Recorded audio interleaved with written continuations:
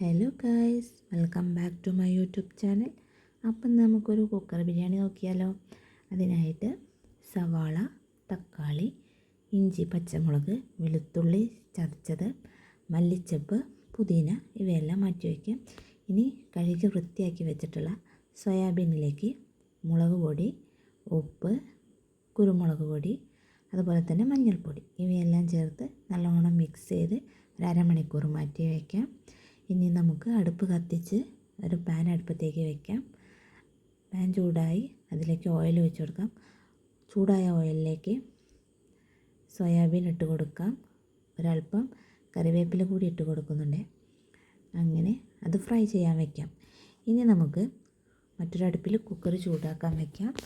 ചൂടായി വന്ന കുക്കറിലേക്ക് അല്പം വെളിച്ചെണ്ണ ഒഴിച്ച് കൊടുക്കാം. നെയ്യൊന്നും ഒഴിക്കുന്നില്ല കേട്ടോ.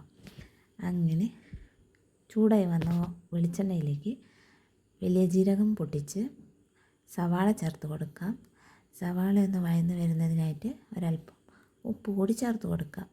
ഇനി സവാള നല്ലോണം വാടി വന്നാൽ അതിലേക്ക് തക്കാളി ചേർത്ത് കൊടുക്കാം.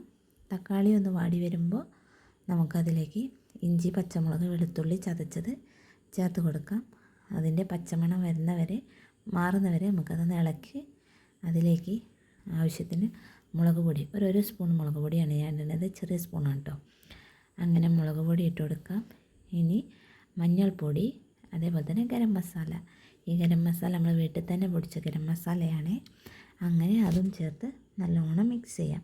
ഇനി അതിലേക്ക് തൈരാണ് ചേർക്കുന്നത്. തൈരും ചേർത്ത് ഒന്ന് മിക്സ് ചെയ്തതിന് ശേഷം ഒരു ഗ്ലാസ് അരിക്ക് 2 ഗ്ലാസ് വെള്ളം എന്ന കണക്കിന് ഞാൻ ഈ പാത്രത്തിന് 2 പാത്രം വെള്ളമാണ് ഒഴിച്ച് കൊടുക്കുന്നത്. ഇനി അതിലേക്ക് നമ്മൾ നേരത്തെ വറുത്ത് മാറ്റി വെച്ച സോയാബീൻ ഇട്ട് കൊടുക്കാം. നല്ലോണം മിക്സ് ചെയ്യാം. തലേ ദിവസം കുതിർത്തി വെച്ച ഗ്രീൻ പീസും അതുപോലെ തന്നെ ഒരു കിഴങ്ങ് ചെറുതായിട്ട് കട്ട് ചെയ്തതും ചേർത്ത് കൊടുക്കാം.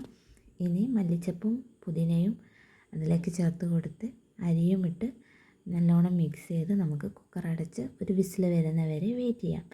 ഒരു വിസിൽ വന്നതിന് ശേഷം നമുക്കൊരു അര ടു 3/4 മണിക്കൂർ അതുപോലെ കുക്കർ തുറക്കാതെ വയ്ക്കാം. അങ്ങനെ നമ്മളെ ബിരിയാണി റെഡിയായി.